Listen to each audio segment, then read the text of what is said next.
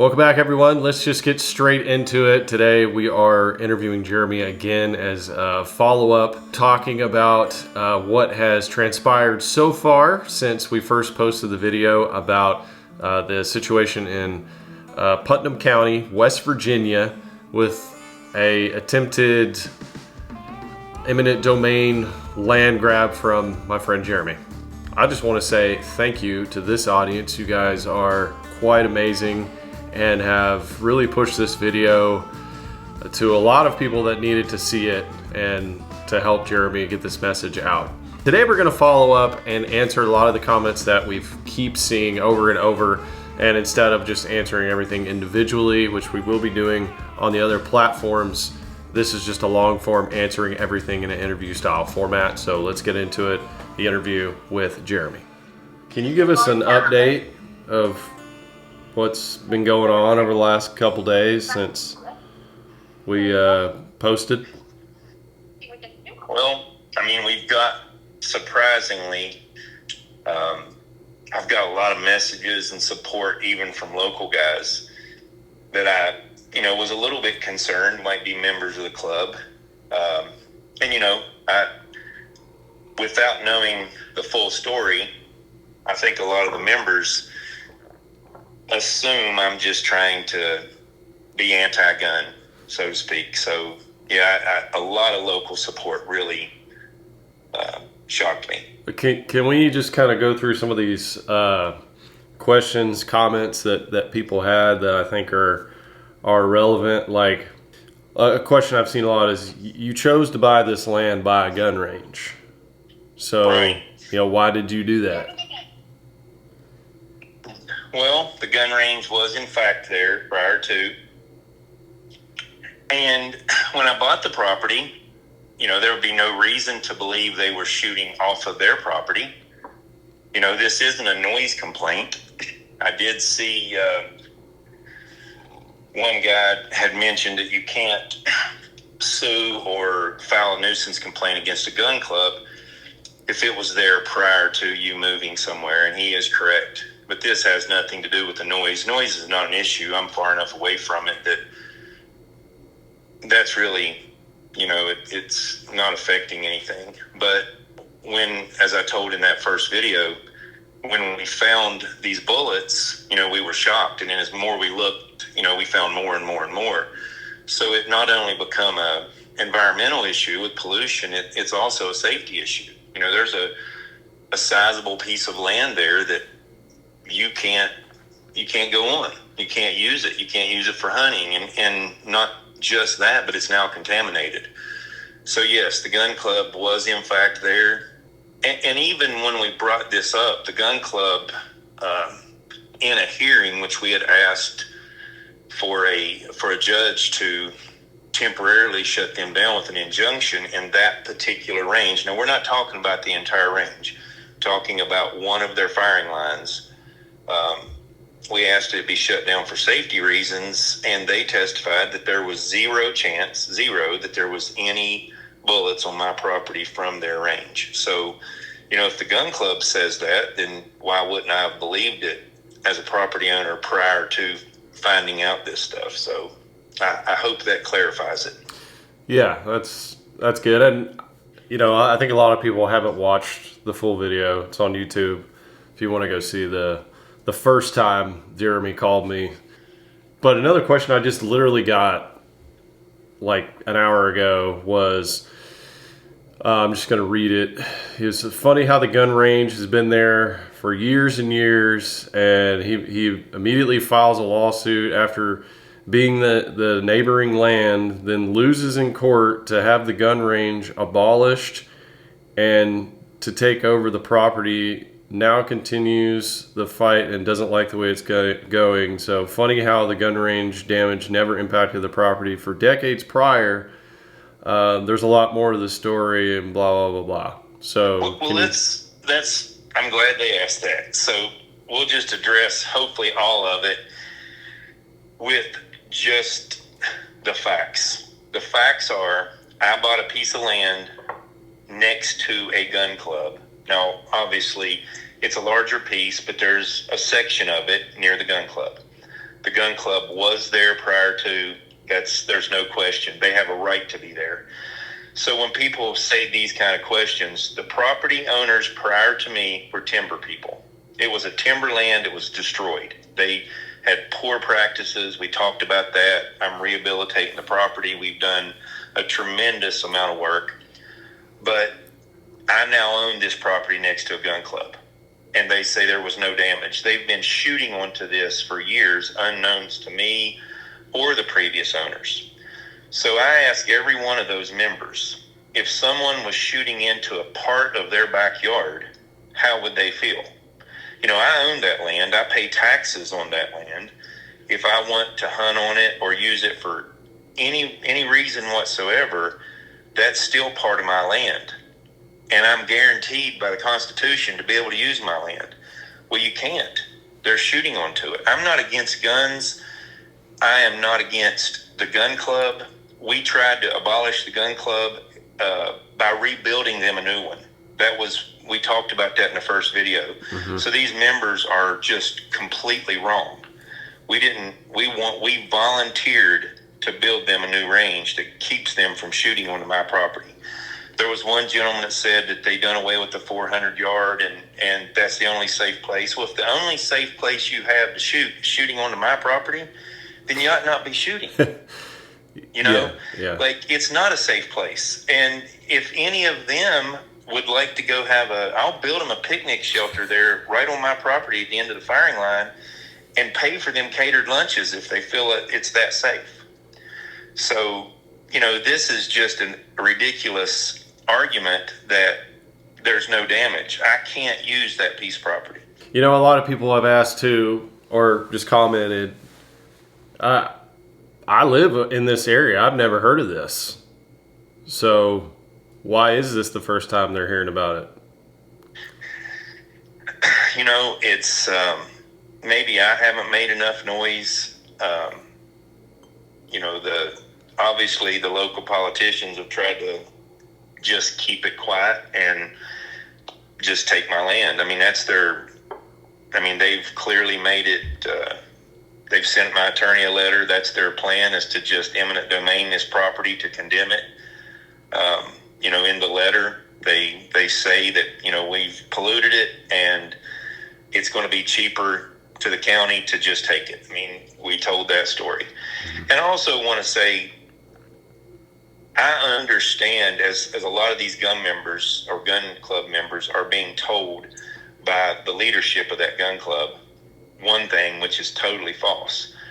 The reality is it's not debatable. There are bullets on the property. The Department of Environmental Protection came out, and there are huge areas where there's bullets every inch. And that sounds like an exaggeration, but it's not. There's just bullets everywhere. It's just a safety issue. It's an environmental issue. It has nothing to do with stopping these people from shooting. It's just shoot in a safe way. Mm-hmm. And if you, again, we just said it, but if you can't shoot somewhere, you just can't shoot somewhere. You know, it's not right to shoot onto another's land. And in most states, I've seen some comments where in Texas that when you fire that bullet, you own it. You know, you can trespass with that bullet. And, you know, maybe that's the kind of laws we need here, but that's the situation. I'm not against gun clubs. I love to shoot myself. You're not against the club. And no. So I did see where someone commented saying that they used to shoot there, and it was, like you described, oriented correctly. You know, it seemed really safe. And over the past, I don't know, year or so, I don't know what they said, but it's just gone a different direction where it's a little more Western. And I mean, that's it.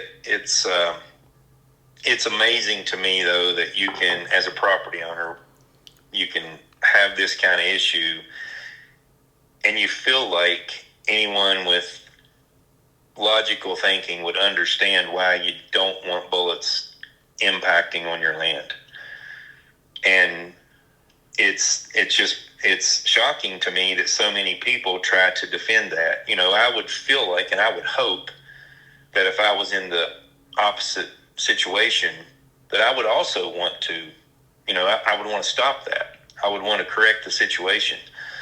The county commissioners don't care. The leadership of the gun club doesn't care. They were there when we dug these bullets up. Vice president of the club was standing right beside of us, and I remember the first bullet we dug up, he said, that's just lead splatter. And then we dug up like 10 in a row, 30 cal, some 45 slugs, all the way up on this hill, just like everywhere, and he didn't have a response to that. You know, another guy said, yeah, this is one of the nicest and safest gun ranges around, and you knew it. So you're doing the public a disservice. Yeah, I saw that comment too. Yeah. First of all, it's not the public. Yeah, that was private gun club. Yeah, that's a bigger part of the question. As I don't know how clear it is now on, you know, public versus private here. So can you explain what was this ever a public gun range? No, it has never been a public gun range. It has a locked gate with a membership key. The gate actually says no trespassing, members only. No chance you and I could go down there and shoot. You have to, and it's a process. You have to join, file a membership, and then, well, you actually have to apply for membership, and then they're voted on. Then you pay your dues, and then you're issued a gate card where you can go up and scan your gate card and enter. Now, remember, I was a member at this club. I mean, I was a member years ago, and it was the same process then. I didn't realize that they did not own that land, and I don't know how many of the gun club members don't realize that that is not their land behind it. You know, they may be, you know, Right. A lot of them may think, well, that's their land. Right. I didn't know. I'm not doing the community disservice. I'm just asking they keep their bullets on their property. You know, I don't know how, I truly don't understand how anyone can argue with that. Yeah. Like, how could you, I wish some of these guys that said this stuff were willing to get on a podcast with us. Well, you know, that's what the comment section is for, and that's why I wanted you to respond to some of these things. I've had a couple people that were close with some politicians that have messaged me. I mean, I've gotten a ton of messages, and to everyone that has, I greatly appreciate it. The support that you're seeing on your YouTube page and on Instagram is tremendous. Like, you can see this struck a chord with a lot of people talking about the corrupt governments in West Virginia, and you know, it's a lot of local guys, as I said earlier, but not necessarily any agencies yet. But you know, we'll see how this continues to go, and hopefully get the word out a little more. Yeah, well, I mean, this was literally, I just want to reiterate, this wasn't like you set out to shut down a gun range. You knew it was there. All you wanted was to stop the bullets coming on to your property so you could use that land, possibly them clean it up even. That would be nice. A lot of people have commented further on this that this is a bigger problem than just that there is that's just kind of how things go in West Virginia, the good old boy politics, and seems to be a lot of people have instances and stories of situations like this where it's government overreach, either trying to take land or just, you know, do the people wrong, taxpaying citizens wrong in some sort of way. So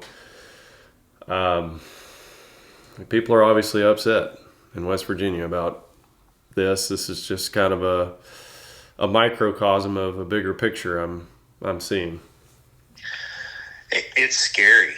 I mean, it really is for me to think if it can happen to me, I think it can happen to someone else.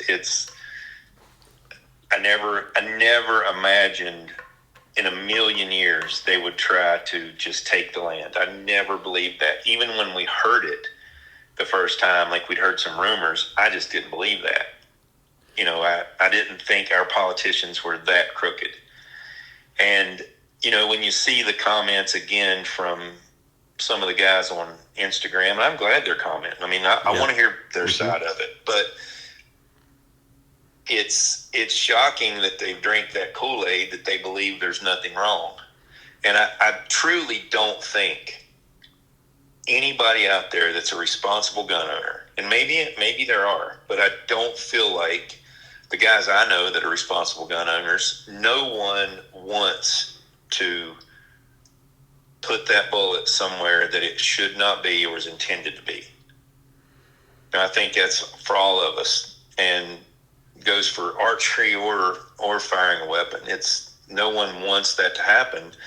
And the only thing I can attribute to was seeing some of these guys defending it is that they really don't know, because I just don't want to believe they think it's okay. Now, the leadership of that club,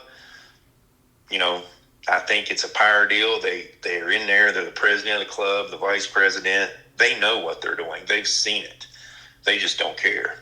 What do you want the ultimate resolution to be here? I want them to stop shooting on my property, and I want to keep my property. I want it cleaned up. That's the unfortunate thing is I heard someone say on one of the YouTube videos that led that, that I was bought and paid for by a non-government organization, an NGO, but lead is a contaminant. I want to leave this place a little better than when I found it. And, it needs to be cleaned up. I didn't, again, I openly admit that range was there way prior to me buying this property, but no one knew all that lead was there. And it doesn't really matter. If you own a piece of property and you pollute someone else's, whether it was the previous owner or mine, you still polluted it. Mm-hmm. You still done damage to that property. It affects me. It affects all of us. That law that prevents gun clubs from having to clean up, I understand why it was put in place. It protects gun clubs, but it certainly does not protect the property adjacent to that gun club. I have a question. Did the previous owners, how big is the property? That's the gun range. So the gun range is 100 acres. 100 acres. So they offered 100 acres to the county to be used as part of a public park. Did they know that this was a gun range was being used there after this, or? I don't know the answer to that. I don't know what the previous property owners that I bought it from lived out of state. It was basically a timber corporation that had done this. So I don't think, obviously whoever the lawyer that wrote that first reversionary deed was pretty serious. As, my attorney had said, that was pretty much a reversionary deed on steroids. And, again, I got good old boyed in the political system. But, I'm past all that. Like, you and I have talked. I didn't really want the land. I just wanted the gun club not to shoot on my property. I'm just wondering, why would they give land to the county in the first place? If that land is so hard to come by, why would you even do that? I don't really know the answer. I don't know what the situation was. They gave the city 200 acres and gave the county 100 acres together. And one side's the counties, one side's the cities. The city built and currently maintains, and the people of the city of Eleanor, the mayor, Cam Clendenin, he is a great guy. He can't meet it. You won't meet a better individual, and he's against this. Clearly, they've tried to get him on their side, the city, and they want nothing to do with it. But the city maintains their park and does a phenomenal job. They actually maintain the fairgrounds, where the county fair is held. Now, the county fair is separate. It's called a county fair, but it's its own little, board and committee and they fund themselves entirely. But that is maintained on 200 acres that was given to the city, and the city does a great job at it. And it's interesting. I had a conversation with the mayor recently that they took that deed word for word. Like recently, as recent as the last year or two, they had an opportunity to sell some of that property and wouldn't do it because the reversionary clause says they cannot sell any of that land either. If they attempt to sell, then all that land comes back. So their lawyers in the city told them to uphold that reversionary deed, but the county just said screw it. So I don't know how you can have it both ways. One group says the reversionary deed worked, the other one says it was written a long time ago. It don't matter. There's so much misinformation been spread. A friend of mine yesterday sent me a text from he had a screenshot of a pretty prominent individual in Putnam County, and he had sent him a text, said, "Did you know about this?" And it was a screenshot. He sent him that video. He said, "Yeah, it's all lies. There's nothing unsafe over there." Like, I'd love for one of those guys, I'd love to have a debate with them. So what part is the lies? I mean, is it all the bullets on the land, or... Dude, can you go take more footage of these bullets? Well, they're lying. They know they're there. I mean, they had 6 or 8 members of the gun club there when the DEP walked up through it. Their own attorney, the attorney defending the gun club, was standing there as they dug up bullet after bullet after bullet. But it's hard to defend if we get some photos. Yeah, it is. Well, I'll get you some more. Maybe we just do a couple videos of actually just digging them up. Yes. Do that, because if they seem to think that there's not any bullets leaving the property. So here would be a good one. I don't think any of this is going to go swiftly. You are going to be here in November. Are you coming in October? October, November. I don't know. We'll see how the weather is going. But we're going hunting. We're going hunting. What if we went over there and just done a live video, or not live, but you could do it however you want it. But what if we went over there and just started digging and showed how many bullets are there? As long as they're not flying. What we could do is request. I mean, I would hope they're smart enough to, if our lawyers send a request for them to shut down that day, it certainly wouldn't be good for them to be firing us over there digging bullets. So, right. Yeah. And that's pretty powerful. We'll definitely do that. Well, it's scary to know that they can even send a letter stating that they're gonna try to do it. But like you said, social media, it's not always the best for us. Let's just say that, for the human mind. But it is an opportunity for people to connect quickly when you have an issue like this, come together and have a voice. I feel fortunate to have a friend that has that ability. I know a lot of us don't have that. If I didn't, if we weren't friends, I wouldn't have that ability to get this message out there. I don't take that lightly. I really appreciate, you taking on this battle and helping me with this. So, well, it's this audience has literally saved my life before in a bad situation, and I've met a lot of the people in this audience at boat ramps, and just when I'm out, they're awesome people. So I'm not surprised at the support, but we just need to get it to the right people where we can just make a change here, and hopefully for the better for all West Virginians, or everyone that might have an issue like this, that we can stand up when there's some sort of land grab or an injustice on a citizen like this. Anybody that hears this that our messaging and sending texts, whatever, phone calls to these politicians. It's greatly appreciated. The tags, everybody that shared it. I mean, it doesn't matter if you've got 10 million followers or 10 followers. Sharing it is important, and everybody that sees it, it makes a difference. To that point, everyone that does do that reaches out, please be respectful. And the point that you're trying to get across is we're trying to keep Jeremy's land the way it is, and stop this eminent domain business that's going on. So that's the main point. Let's just be respectful if you're going to do that, and it does help. Yeah, it definitely does. And as you said, it has to be done in the right way.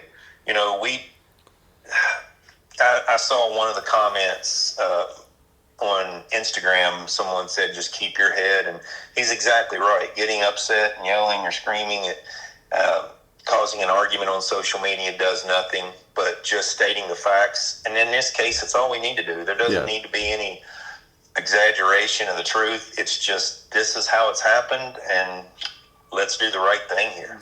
Yeah. So that's the current situation. If you still have questions, please leave them down below. Comment, share. The common thread that we keep hearing is this is no surprise for this county and even the state. So if you have a personal story, know somebody that knows somebody even, leave the story down below. It really helps.